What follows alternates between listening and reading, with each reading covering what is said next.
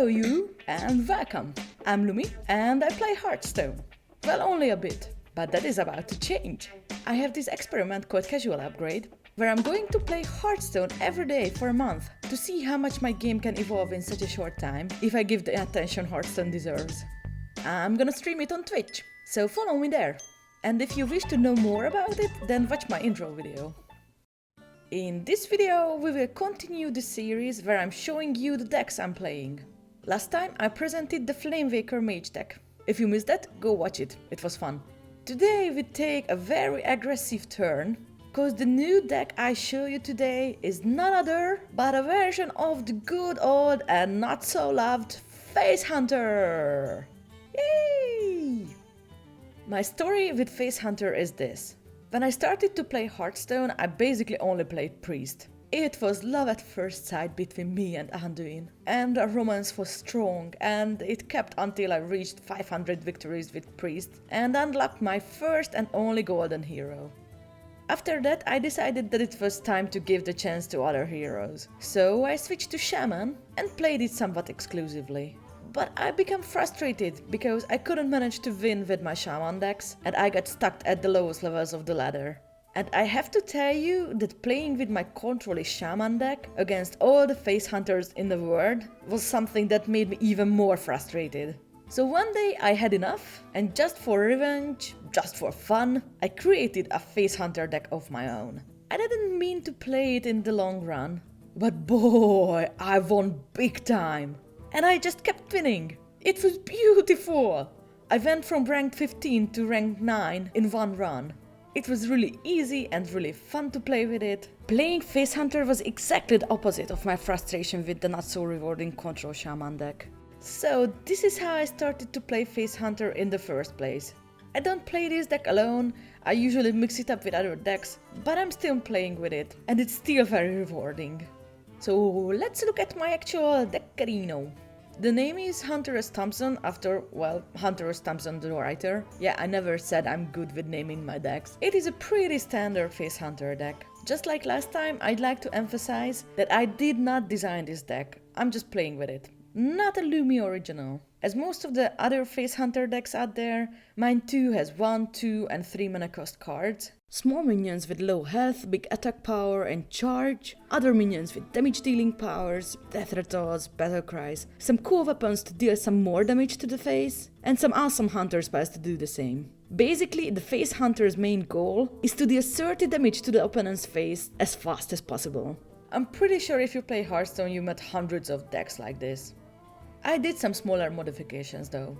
First, I run 2 owls. It helps to get over taunts or silencing my opponent's mad scientists. I found it useful to have 2 of them. Second, my deck is probably a bit secret heavier than usual.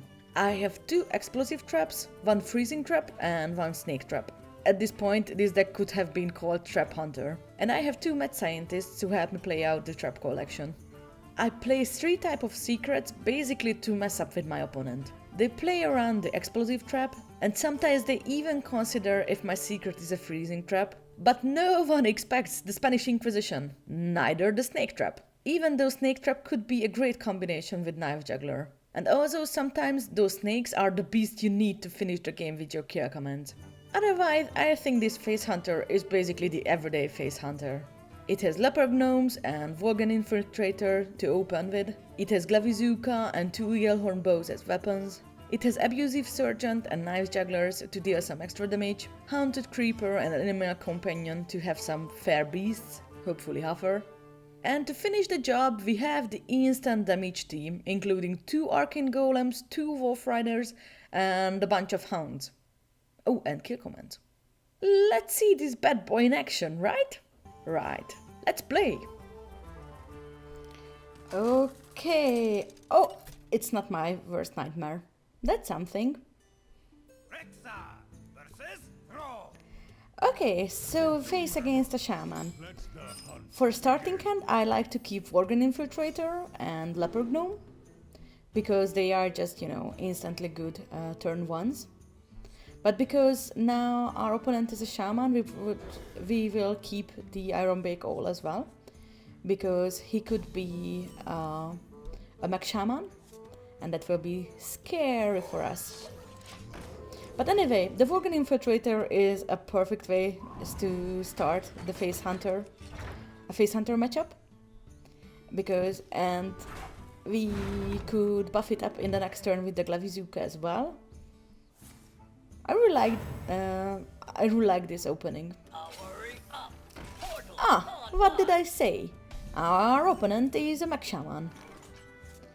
So now I think we have to trade in the first part of this game, because Mech Shamans are a very aggressive type of deck.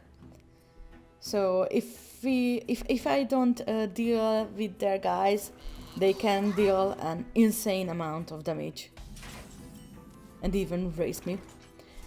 So, for example, with a Whirling Zapomatic, it could be very dangerous, so we have to deal with it somehow. We can kill it with our weapon, we can silence it, or we can play out a freezing trap. I want to do that. Playing out the freezing trap is probably not the most straightforward game, but I like this kind of psychological warfare thingy, because now he is thinking if it's an explosive trap or if it's a freezing trap, and he has to somehow play around it. Yeah, he's wondering way too much. That is why I like secrets, actually. He really doesn't want to hit me with his Whirling Zapomatic, which is funny because come on, there's like 6 damage in his board, and he just, you know, can't damage me. Okay, this turn we really have to take care of the Zapomatic, because I'm pretty sure he wants to kick me with the golem first. So we can silence it, or kill it with the Arcane Golem, or kill it with the kill command. It's not a happy scenario, because obviously I like to keep Arcane Golem and kill command till the late game, and use it for face, because we are called Facehunter, so. Okay, Power Mace for the face. Good. Okay, what else do you want to play? Yeah, he wanted to test out our secret, but that's okay. I mean, it was a freezing trap. Ooh, Mad Scientist. Just like with the Flamewaker Mage deck, I do the same with the Facehunter. That I really like to play out very early my Mad Scientist. Even in my starting hand, I sometimes keep the Mad Scientists. Oh, actually, Earthshock is a really good card to counter Facehunter. And I have to tell you guys, it was a really scary turn from our opponents, but hey, this is exactly why we are keeping that always. And I will just stop trading and go for the face. Actually, this turn was a very typical for a Facehunter, playing out 3 minions, both with only 1 health. One with charge, one with to buff up the charged ones. Okay, so here's the second Earthshock. Good news is that he only had 2. Okay. We don't have the card advantage. That actually around the 5th or 6th turn usually is like that. But that's okay. So I think I will be Facehunter and going for the face this turn. We can deal 10 damage. it's a more usual scene that we are in the. It was the 7th turn, and our opponent's hero's health is down. We don't have any cards, which sounds really scary, but it is actually not as scary as it could be, because we have like 5 to 10 cards which can instantly win us the game. Like the other Arcane Golem or Kill Command, some instant damages. Which is combined with our surviving minions and or our hero powers, can deal enough damage to finish the game in the next turn. So now we want to do is top deck exactly like this. Hello Lethal, hello Golem, and goodbye Shaman. Oh, it's so good. And see, it was only turn 8, and it was actually kind of a long run for a Facehunter. So it seems our next opponent is a Warlock, and we don't have such a lucky opening hand. When I don't have any 1-drop, sometimes I keep Knife Juggler just to be sure I have a strong turn 2. It feels always really bad when I can't play anything in turn 1, especially when my opponent can. But it will be okay. A turn 2 Mad Scientist is always cool. I always like to play that. Sadly, it can't trade with the Zombie Chow. But hey, you can't always get everything you want. Okay, so he Dark Bomb me. I think he wanted to Dark Bomb me just to be able to test out my secret with his Zombie Chow. But obviously it's a snake trap. Okay, and here's our first Huffer. It's always Huffer.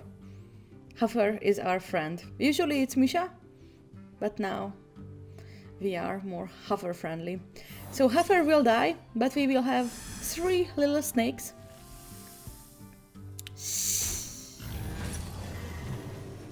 And hey, he healed us back. Okay, Imgang Boss is also a minion that we should probably silence.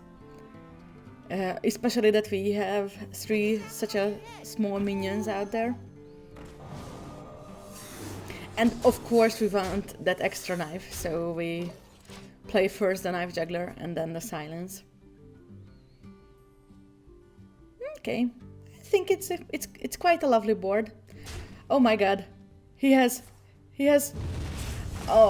Hellfire. I knew because he didn't attack the Knife Juggler. Okay, well, that's all about our lovely board. But hey, let's build up a new one. We have Wolf Rider. We can buff it up. Or we can go with the hero power and Eagle Horn Bow. I mean, Wolf Rider can be played out in any turn. So, what do you want to do? Okay. I feel like that we should silence his Imgang Boss second time. And yeah, we can play out the Wolf Rider now and just... We applied some pressure, so his health is very low, which could mean that we can be lethal in the next turn. Actually, we are only missing 1 damage, I think, because we have 2 from our hero power and we have uh, 3 from the card. And hey! Well, the dogs are the most valuable players of this game. Because, hello lethal. Well, I have to tell you, this was a very short and a very clean game. I like it this way.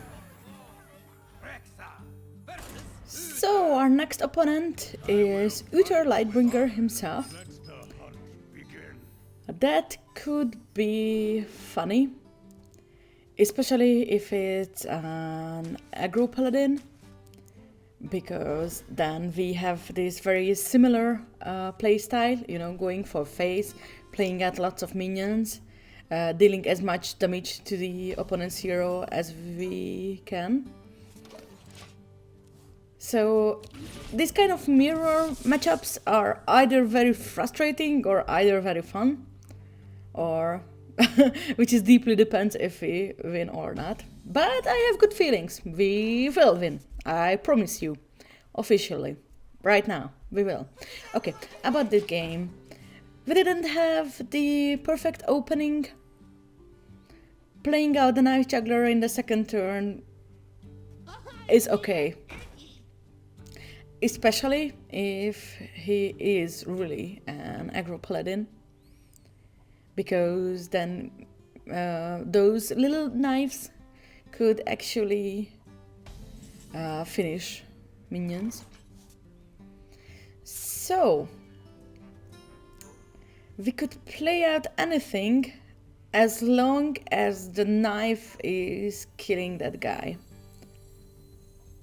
Probably the spider is better than the 3 drops, because then if...